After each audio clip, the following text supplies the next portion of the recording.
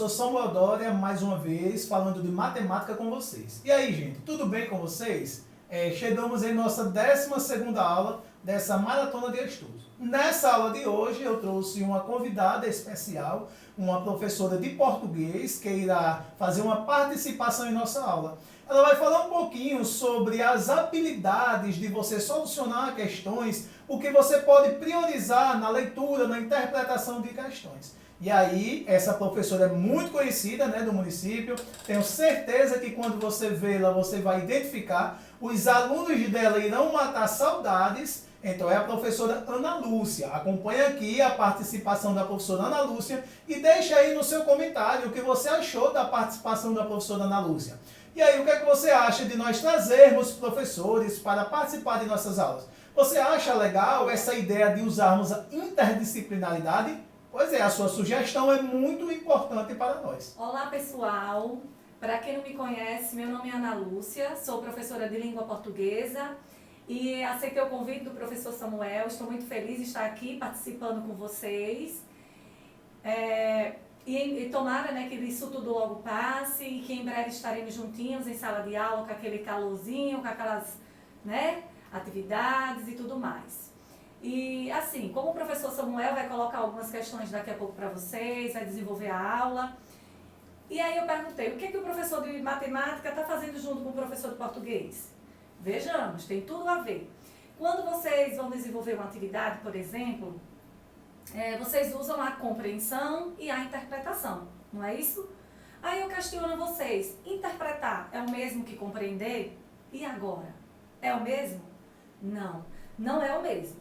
Quando a gente vai compreender uma questão, a gente volta ao texto. Até no livro de vocês já observaram que algumas partes diz assim, compreensão. Em outro momento, interpretação. E em outro diz compreensão e interpretação. Vejam que eles são diferentes. Quando a gente está falando da compreensão, a gente vai no texto e a resposta vai estar lá, simples e objetiva. Mas, quando a gente fala da interpretação, o professor, e a interpretação? As respostas não vai estar no texto? Vai sim, mas vai estar além do texto, porque visa um pouco mais do que o autor quis pensar e leva você a levar também a sua opinião. Vejamos. Aí eu posso perguntar a vocês o seguinte, compreender e interpretar pode, eu compreendo e eu interpreto. Interpretar sem compreender pode? Não. Por que não, professora? Porque primeiro eu compreendo e depois eu interpreto. Ou interpreto, agora sem compreensão, não existe. Desde pequenininho a gente estuda o título e o tema do texto. Vamos lá, título, a partezinha que fica em cima. A gente pode até confundir com o tema. E o que é o tema? É o que o texto, a proposta que o texto vem trazendo para a gente. E o que leva a pensar no português agora, com base na interpretação? Quando ele pede que vocês vão fazer uma resolução de uma questão, que vocês vão interpretar, é ir além do que a pergunta vem trazendo. Quando você pega a interpretação, que você sabe que é ir além do que a pergunta vem trazendo, fica mais fácil. Por isso a diferença de compreender e interpretar. Então é isso, essa foi a minha proposta de hoje, aqui juntamente com o professor Samuel. Estou bastante satisfeita, espero que vocês cumpram todas as atividades, desenvolvam tudo com muito carinho. É como ele mesmo falou, que vocês deixem o comentário, vejam qual é a importância e que em breve estaremos juntinhos para, né, desfrutar de tudo isso que nesse momento que está acontecendo.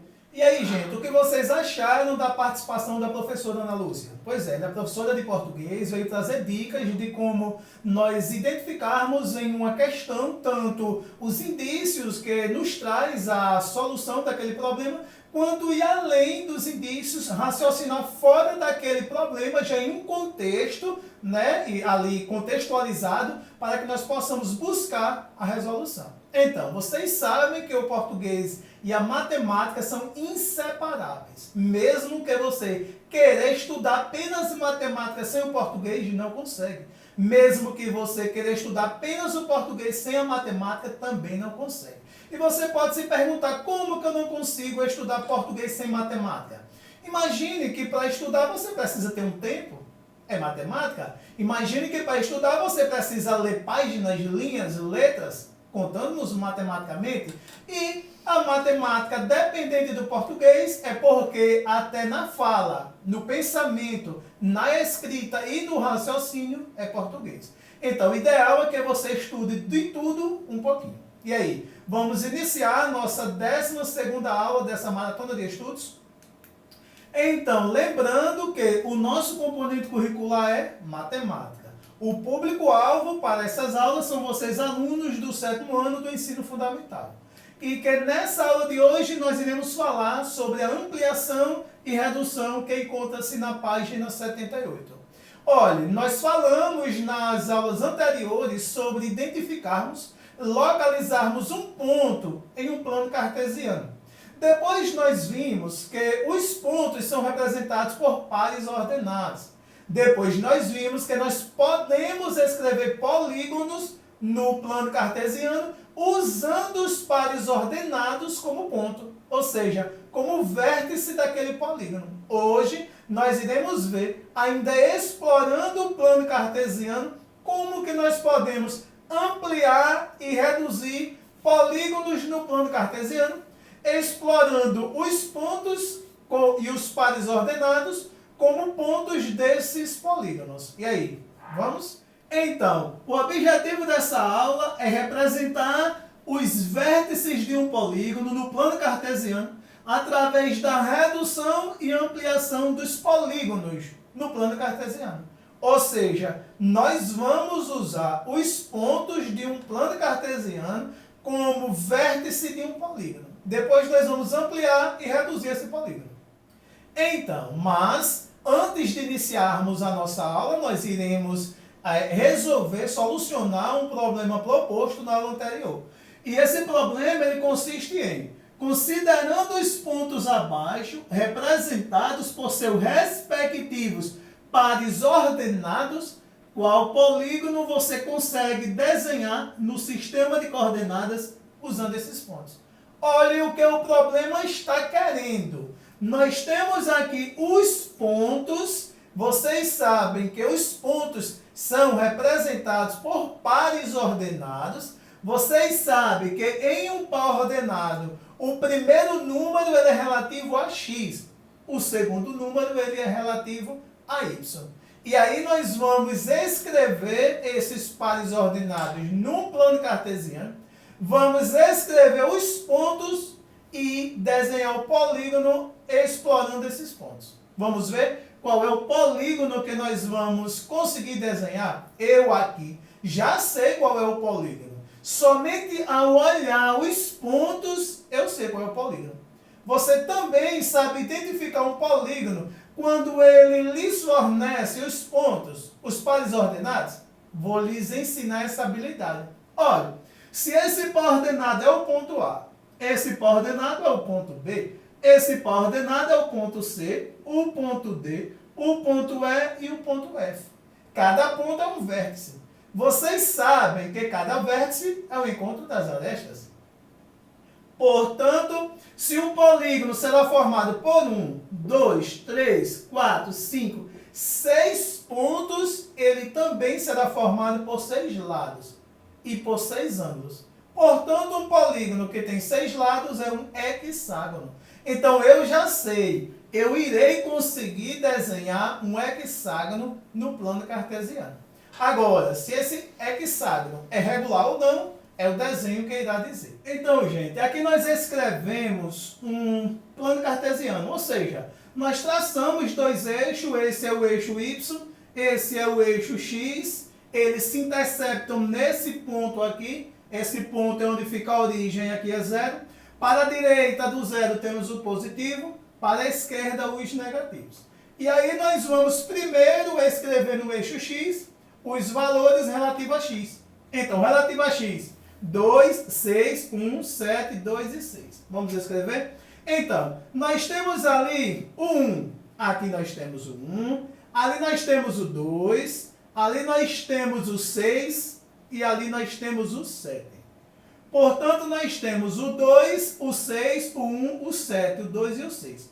Lembrem, se nós já escrevemos o 2 uma vez, não importa quantas vezes ela apareça, só escrevemos uma. Se nós já escrevemos o 6 uma vez, não importa quantas vezes ele apareça, só escrevemos uma. No eixo x, já escrevemos os valores relativos a x. No eixo y, nós temos 1, vamos escrever aqui 1, depois nós temos 4 e depois nós temos 7. Ou seja, esses são os valores relativos a y. Agora, se, por exemplo, o ponto A é formado pelo elemento 2 e 7, 2 de x e 7 de y, nós vamos unir esses valores. Nós vamos unir 2 de x a 7 de y. Aqui é o ponto A. Depois nós vamos unir 6 de x e 7 de y. Então, aqui nós temos 6 de x e aqui nós temos 7 de y. Aqui é o ponto B. Então, aqui nós temos 1 de x e 4 de y. Então, vamos unir esses pontos. 1 de x e 4 de y. Aqui está o ponto C. Então, depois nós vamos unir 7 de x para 4 de y. Então, 7 de x para 4 de y. Aqui está o ponto D.